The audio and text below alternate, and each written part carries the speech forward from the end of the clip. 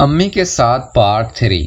मेरी अम्मी कहने लगी, हाँ हैरी ठीक है, अपने दोस्तों को बुला लिया करो, सारा दिन तुम घर पे अकेले पड़े रहते हो, इस तरह तुम बोर हो जाओगे। फिर मैंने अपने उसी दोस्त को फोन किया। मैंने कहा, यार सुना, सना से बात की थी।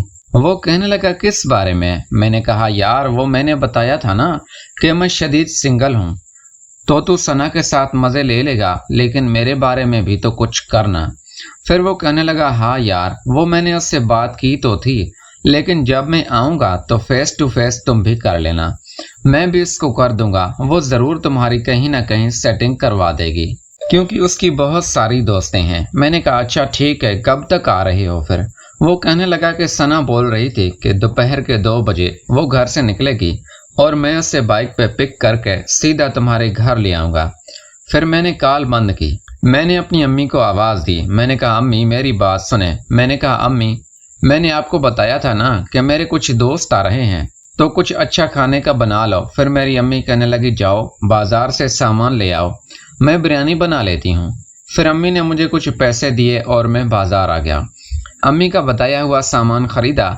मैं ये भी सोच रहा था कि मेरा दोस्त सना की कैसे लेगा, और मैं ये भी सोच रहा था कि मोबाइल अपने कमरे में कहाँ छुपाऊं जहां उन दोनों को नजर न आए। मैं घर आया, सारा सामान अपनी अम्मी को दिया। मेरी अम्मी किचन में चली गई। मैं अपने कमरे में आया, फ्रेश हुआ, जीन्स टी शर्ट निकाल के पहन ली। तब तक दोपहर के 2 भी बज चुके थे। मैंने अपना मोबाइल निकाला ही था कि मेरे दोस्त का फ़ोन आया। मैंने कॉल रिसीव की। उसने कहा कि मैं बाहर गेट के पास खड़ा हुआ हूँ। मैंने जाके दरवाज़ा खोला। मेरा दोस्त और सना दोनों आए हुए थे। जब मैंने सना को देखा तो मैं देखता ही रह गया, क्योंकि सना तो बहुत खूबसूरत हो गई थी। सना के गुब्बारे बड़े बड़े नज़र आ रहे थे। फिर मैं उन दोनों को अपने कमरे में लेके जा रहा था तो मेरी अम्मी कहने लगी, हैरी इनको टीवी लॉन्ज में बिठाओ, हम बातें भी कर लेंगे। मैं ये सुन के तो परेशान ही हो गया। मेरा दोस्त मुझे देखने लगा। अगर हम टीवी लॉन्ज में बैठ जाते तो मेरा दोस्त सना के साथ काम करने आया था, वो उसका काम नहीं हो पाता। मैंने कहा, अम्मी आप किचन में काम कर रही हैं, हमें डिस्टर्बिंग होगी, तो हम जाके कमरे में बैठते हैं। हम कमरे में पहुंचे ही थे तो मुझे याद आया, मैंने मोबाइल तो छुपा के रखा ही नहीं। अब मैं परेशान हो गया कि जो मंसूबा मैंने बनाया हुआ था वो कहीं फेल ना हो जाए। अब वो दोनों कमरे में आ चुके थे, उनके सामने तो मैं मोबाइल छुपा नहीं सकता था। फिर मेरे दिमाग में एक तरकीब आई। मैंने कहा, यार अभी हम टीवी लॉन्ज में बैठते हैं, क्योंकि अम्मी खाना बना रही है, खाना खा के हम वापस कमरे में आ जाएंगे। मेरा दोस्त कहने लगा, अरे यार हैरी मुझसे कंट्रोल नहीं हो रहा, मेरा तो गाजर सोने का नाम ही नहीं ले रहा। जब से सना मेरे साथ बैठी है, तू एक काम कर, तू बाथरूम में चला जा और 10 मिनट में नहीं आना, मैं जब तक ये काम कर लूँ। मैंने कहा, यार जल्दी किस बात की है? सना भी हम दोनों की बातें सुन के नजरें नीचे करके हल्का हल्का मुस्कुरा रही थी। शायद सना को भी पता था कि वो यहाँ किस काम के लिए आई थी, लेकिन मैंने कहा, यार कुछ नहीं होता, ये तुम्हारी है, अब ये यहाँ से कोई भागी थोड़ी जाएगी, जितना दिल करे इसकी ले लेना, फिर हम खाना तो खा लें। मैंने अपने दोस्त को हाथ से पकड़ा और बाहर ले आया। आके हम टीवी लॉन्ज में बैठ गए। मेरी अम्मी कहने लगी, हैरी क्या हुआ? अभी तो तुम कह रहे थे कि डिस्टर्बिंग होगा और तुम बाहर आ गए। फिर मैंने अपनी अम्मी को झूठ बोला। मैंने कहा, अम्मी वो कमरे में थोड़ी सफाई नहीं, आप जब तक इन लोगों से बातें करें, मैं थोड़ा कमरा साफ करके आ रहा हूँ।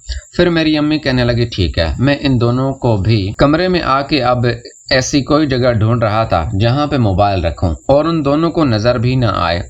काफी देर देखने के बाद बिला आखिर मुझे एक जगह भी मिल गई जहाँ से व्यू बहुत अच्छा आ रहा था और मोबाइल नजर भी नहीं आना था। मैं अपना मोबाइल वहाँ पे सेट करके वॉशरूम गया, हाथ मुंह धोए और फिर उनको ज्वाइन कर लिया। तब तक मेरी अम्मी भी खाना बना चुकी थी। मुझे कहने लगी, हैरी तुम्हारा इंतजार हो रहा था, आओ बैठो मैं खाना लगाती हूँ। फिर सना कहने लगी, नहीं खाला, हमने तो खाना खाया हुआ है। मैंने कहा, सना ऐसे कैसे? मेरी अम्मी तुम लोगों के लिए ही कब से किचन में काम कर रही है, उसकी मेहनत ज़ाया ना करो, खा लो। फिर मेरा दोस्त कहने लगा, हाँ यार मुझे तो भूख लग रही है। फिर मेरी अम्मी खाना ले आई, हम सब ने मिलकर खाया। आहिस्ता आहिस्ता सना मेरे दोस्त को कह रही थी, जल्दी करो, मैंने घर भी वापस जाना है, 3 तो बज गए हैं। अगर मैं 4 बजे से पहले पहले घर नहीं पहुंची तो मेरी अम्मी मेरे से 100 सवाल करेगी। मेरा दोस्त मुझे आग से इशारा करने लगा। پھر میں نے اپنے دوست کو کہا ہاں یار چلو اب روم میں بیٹھتے ہیں۔ میری امی نے کھانے کے برتن سمیٹے اور ہم لوگ روم میں آ گئے۔ روم میں آتے ہی میں نے کمرے کا دروازہ لاک کر دیا اور پھر میں بیٹھنے ہی لگا تو میرا دوست کہنے لگا ہیری کہاں جا رہے ہو یار، 10 منٹ کا تو کام ہے۔ میں نے کہا اچھا جا رہا ہوں۔ پھر میں واش روم آیا اور دروازہ بند کر کے ایسے ہی کھڑا ہو گیا۔ پھر میں دروازے کا کوئی سراغ ڈھونڈنے لگا تاکہ ان دونوں کو دیکھ سکوں۔ کافی دیر ڈھونڈتا رہا لیکن مجھے کوئی سراغ نہیں ملا۔ پھر میں نے کان لگا کہ ان کی آوازیں سننے کی کوشش کی۔ ان کی آوازیں بھی کوئی خاص نہیں آ رہی تھی کیونکہ ان کو پتا تھا کہ وہ شو میں ہے تو میں کھڑا ہوں۔ بس ثنا کی کبھی کبھی آواز آتی۔ مجھے پتا چل گیا تھا کہ ثنا کے ساتھ کیا ہو رہا تھا۔ ثنا اس کو کہہ رہی تھی کہ آرام سے آہستہ۔ یہ آوازیں سن کر میرا گاجر بھیگا ہوا تھا اور میں نے اسے اپنے ہاتھوں میں لیا ہوا تھا۔ کافی دیر اسی طرح لگے رہے۔ 15 منٹ گزر گئے تو میں دروازہ کھول کے باہر جانے لگا۔ میں نے دیکھا کہ میرا دروازہ باہر سے بھی لاک تھا۔ پھر میں نے ہلکا سا دروازہ بجایا۔ پھر میرا دوست کہنے لگا رک جا یار تو 2 منٹ بس، اور پھر دونوں کی عجیب سی آوازیں آئی تو میں سمجھ گیا کہ یہ دونوں آؤٹ ہو چکے ہیں۔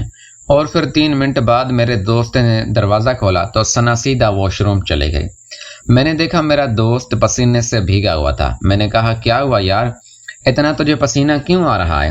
وہ کہنے لگا یار بہت طاقت سے وہ کام کیا ہے نا، بہت زور لگایا ہے میں نے، اس سے چھیڑتے ہوئے کہا۔ میں نے کہا مجھے پتا ہے، میں سن رہا تھا اندر سے۔ اب میرا دل یہ کر رہا تھا کہ یہ دونوں جلد سے جلد یہاں سے جائیں اور میں وہ موبائل اٹھا کے دیکھ سکوں کہ میرا دوست ثنا کی کیسے کر رہا تھا۔ پھر ثنا بھی فریش ہو کے آئی اور بیٹھ گئی۔ پھر میرے دوست کو کہنے لگی چلیں۔ پھر میں نے کمرے کا لاک کھولا اور وہ دونوں باہر آئے۔ باہر میری امی تھی، وہ کہنے لگی بس میں نے گھر کے کام کر لیے ہیں، میں بھی تم لوگوں کو جوائن کرتی ہوں۔ پھر میں نے کہا امی نہیں، یہ لوگ جا رہے ہیں، اصل میں ثنا کو جلدی ہے۔ وہ کہنے لگی کچھ نہیں ہوتا بیٹی، بیٹھو، میں فون کر کے ثنا کی امی کو بول دیتی ہوں کہ ثنا ہمارے گھر پہ ہے۔ اب میں امی کو کیا بتاتا کہ یہ دونوں چوری یہاں آئی ہوئی ہیں۔ میں نے کہا امی، پھر کبھی وہ دونوں وہاں سے چلے گئے اور میں واپس اپنے کمرے میں آیا۔ اب شام کے 4 بھی بج چکے تھے تو میں نے وہ موبائل اٹھایا اور میں اپنے بیڈ پہ لیٹ کے وہ ویڈیو دیکھنے لگا۔ میں نے وہ ویڈیو دیکھی تو میں حیران ہی ہو گیا۔ ثنا کا وہ کتنا خوبصورت تھا، میری سوچ سے کہیں زیادہ میرا دوست اس کو کھا رہا تھا، اور ویڈیو میں آواز تو نہیں آ رہی تھی لیکن یہ پتہ چل رہا تھا کہ میرا دوست ثنا کو کہہ رہا تھا کہ لولی پاپ کرو، اور ثنا سے منع کر رہی تھی۔ میرا دوست اس کو زبردستی کرنے کی کوشش کر رہا تھا۔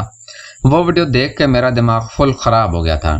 میں نے اب دل میں سوچ لیا تھا کہ میں بھی ثنا کے ساتھ کر کے رہوں گا۔ میرا دماغ کچھ اور ہی سوچ کے نہیں آ رہا تھا، بار بار میرے دماغ میں ثنا کا وہ سین آ رہا تھا جس انداز سے وہ یہ کام کر رہی تھی۔ میں نے دل میں یہ ٹھان لیا تھا کہ میں ثنا کے ساتھ یہ ضرور کر کے رہوں گا، چاہے مجھے اس کی جتنی بھاری قیمت کیوں نہ چکانی پڑے۔ کافی دیر سوچنے کے بعد شام 6 بجے تک میں ایسے ہی پڑا رہا۔ میرے دماغ میں وہی چلتا رہا کہ میرا دوست کتنا خوش نصیب ہے جس نے ثنا جیسی لڑکی کی لے لی تھی۔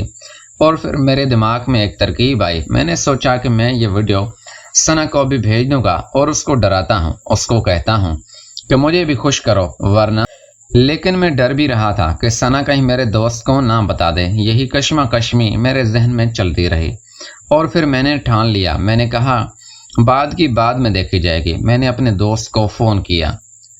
میں نے کہا یار وہ ثنا کا نمبر تو مجھے دے دو۔ مجھ سے پوچھنے لگا کیا وہ خیریت ہے؟ میں نے کہا ہاں یار، وہ تم نے اس سے تو بات نہیں کی اور میں بھی بھول گیا تھا، مجھے ابھی یاد آیا ہے۔ میں اس سے یہی بات کرنے والا ہوں کہ میری بھی کوئی فرینڈ شپ کروا دو۔